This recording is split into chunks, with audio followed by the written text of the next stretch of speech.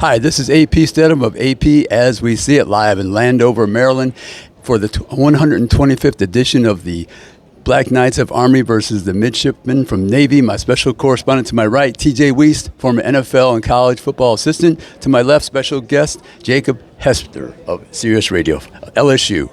Yeah, I'm glad to be here, man. This is always one of the best weeks of the year, if not the best week of the year, Army-Navy game. So, Jacob, we're going to have you preview the Army team.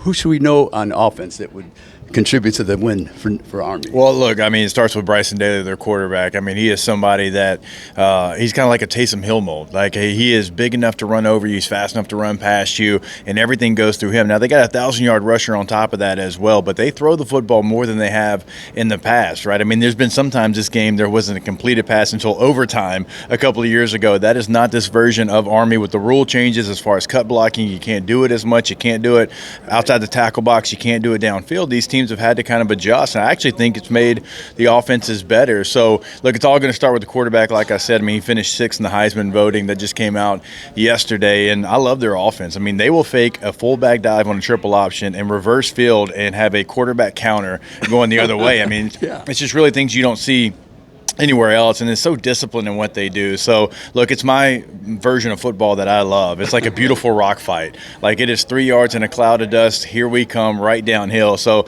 I'm looking forward to today's game. TJ, you got a question for him?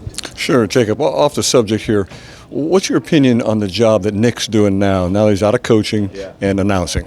I think he's doing a fantastic job. Look, Nick Saban's going to attack everything he does like he would if he was a coach, right? He's going to make sure he does everything to prepare. He's going to make sure that he knows every analytic, every stat, everything. So, like, he knows these teams. He's still watching tape. I think he's hilarious. Like, Coach Saban has a great personality that nobody really ever got to see. And I got to see it having a chance to be in a team meeting room and playing for him. But now the world's getting to see that. And what a great tool he is for college football, to be able to have him out there breaking down all these teams, breaking down all these games. And so, I love seeing Coach Saban on the sideline, but I think he's doing a great job post-career now here on game day. What about Army's defense against Navy's offense? What should we look for? All right, so like Navy's offense is a little bit different. They're going to be in gun a little bit more. Blake Horvath's going to be back for this game. He can spin it. He can throw it a little bit, certainly more than they have in the past, again, with those rule changes.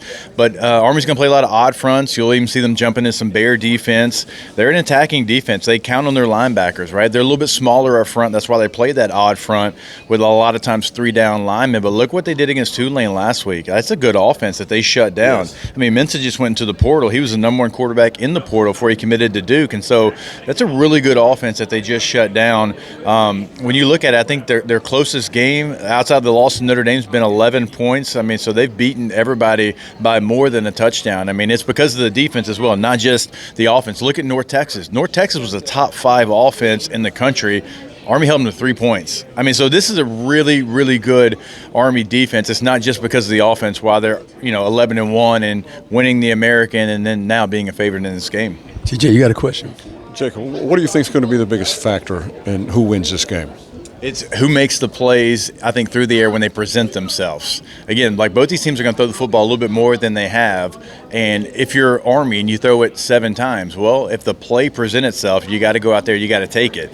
Because I do think Navy can do more through the air. Can Army do enough through the air? And then for Navy, can they stop the attack from Army? Like, can they hold up physically with Army? So those are two keys. Like, can Army take advantage of a play in the passing game if it presents itself? And then can Navy stop the downhill attack of Army? So these two teams know each other very well. Another thing, like Navy's got a bye week last week compared to Army. Army had to play in the conference championship game. So they're going to be as ready as you possibly can be. And I'm looking forward to it because styles make fights, and these two teams like similar styles.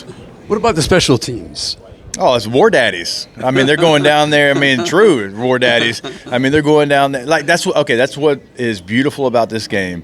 When you watch kickoff, when you watch extra point, punt return, it is to the maximum of their ability. Like, I'm not saying people take that play off, maybe like in another game, but you can tell, is there a little bit more you can give? They're giving everything on every single play. So, like, special teams is like a core part of what they try to get done, and it's one of the things that can win or lose a game. And so, yeah, it's as important as anything. And, again, this is like the purest, most enthusiastic style of football you're going to see. It's going to be in all 3 phases. Have you been to this game before, Jacob? I have. So this is my third game to cover. So I went to Philly 2 years ago, Boston last year. Now, Boston last year was a little bit tricky because I didn't actually get to go to the game because I took a train from Boston to New York because Jaden Daniels was in the Heisman ceremony. LSU. So I was covering that as well. So this year, I get a chance to get my feet planted. No trains for me this year. You feel strongly about either team winning this game?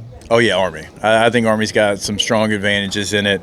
They're the touchdown favorite. Again, I mean, Bryson Daly's a Heisman finalist. You know, he's finished sixth for a reason. He's a special player. Like, I don't know if he wants to, you know, try to get into the NFL and be a professional. I don't know. You know, obviously, you know, you got to get a waiver and different things, but he has the talent to play in the NFL. I mentioned Taysom Hill because there's not a lot of guys walking the earth that can run through you, run past you, and also throw the football. Right. Like, I think he could give a team something. He can be that unicorn in their offense, and so I think he's the difference maker. He'll be the best player on the field today. He might bring back the fullback position like you played in the NFL. These two teams are both going to play a fullback. Go find me another game anywhere in the country, high school, college, or NFL, that would feature two fullbacks. So I love this game. Hey, thank you, Jacob Hester, our special guest from Sirius Radio. My special correspondent, TJ Weist. This is AP Stedham, reporting live from Landover, Maryland.